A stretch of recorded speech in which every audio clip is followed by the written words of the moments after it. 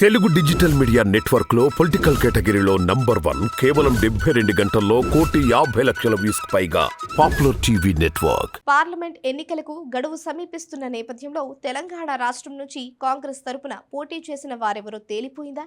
ముఖ్యమంత్రి రేవంత్ రెడ్డి ఇందుకు సంబంధించిన సూచనలు ఇచ్చారా? దీనికి అవును అనే సమాధానం చెబుతున్నాయి కాంగ్రెస్ వర్గాలు.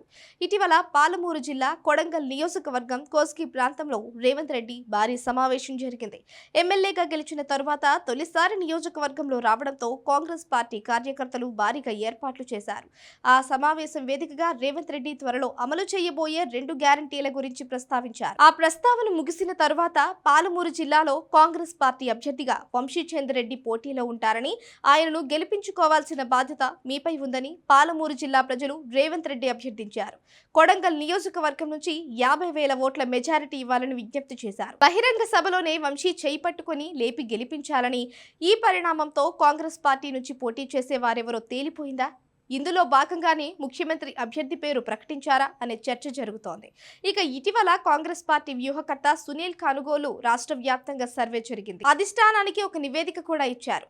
ఈ నివేదిక ఆధారంగానే ముఖ్యమంత్రి రేవంత్ రెడ్డి కాంగ్రెస్ పార్టీ ప్రధాన కార్యదర్శి కేసీ వేణుగోపాల్తో భేటీ అయ్యారు. సునీల్ ఇచ్చిన నివేదికపై ఇద్దరు చర్చించారు. దీనికి సంకేతంగానే ముఖ్యమంత్రి కోస్గి సభలో వంశీచంద్ రెడ్డి పేరును రేవంత్ ప్రకటించారు. రాష్ట్రంలో 17 పార్లమెంట్ స్థానాలు ఉన్నాయి. ఆ పార్లమెంటు స్థానాలలో పోటీ చేసేందుకు కాంగ్రెస్ ఆశావహుల నుంచి పార్టీ దరఖాస్తులు స్వీకరించారు. మొత్తం 309 దరఖాస్తులు వచ్చాయి. ఇందులో అత్యధికంగా మహబూబాబాద్ నియోజకవర్గానికి సంబంధించి 48, ఆ తర్వాత నుంచి 42 దరఖాస్తులు వచ్చాయి.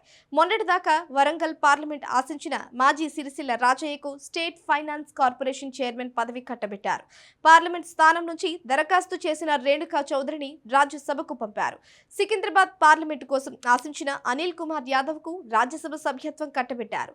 విశ్వసనీయ వర్గాల సమాచారం ప్రకారం అన్ని కోణాల్లో సర్వే చేసిన తరువాతనే సునీల్ బృందం ముఖ్యమంత్రికి ఒక నివేదిక ఇచ్చినట్లు సమాచారం. ఆయన ఇచ్చిన నివేదిక ప్రకారం 14 స్థానాల్లో కాంగ్రెస్ పార్టీ గెలుస్తుందని తేలింది. అభ్యర్థి ఎవరు, అతడు ఎందుకు గెలుస్తాడు, అతడికి ఉన్న సాధ్యాసాధ్యాలు ఏంటి, అన్ని కోణాల్లో సర్వే చేసిన తర్వాతే సునీల్ రేవంత్ రెడ్డిని కలిసి నివేదిక అందించారని, సునీల్ ఇచ్చిన నివేదిక తనకు పూర్తిగా తెలియడంతోనే రేవంత్ రెడ్డి వంశీచంద్ పేరును ప్రకటించారని సమాచారం.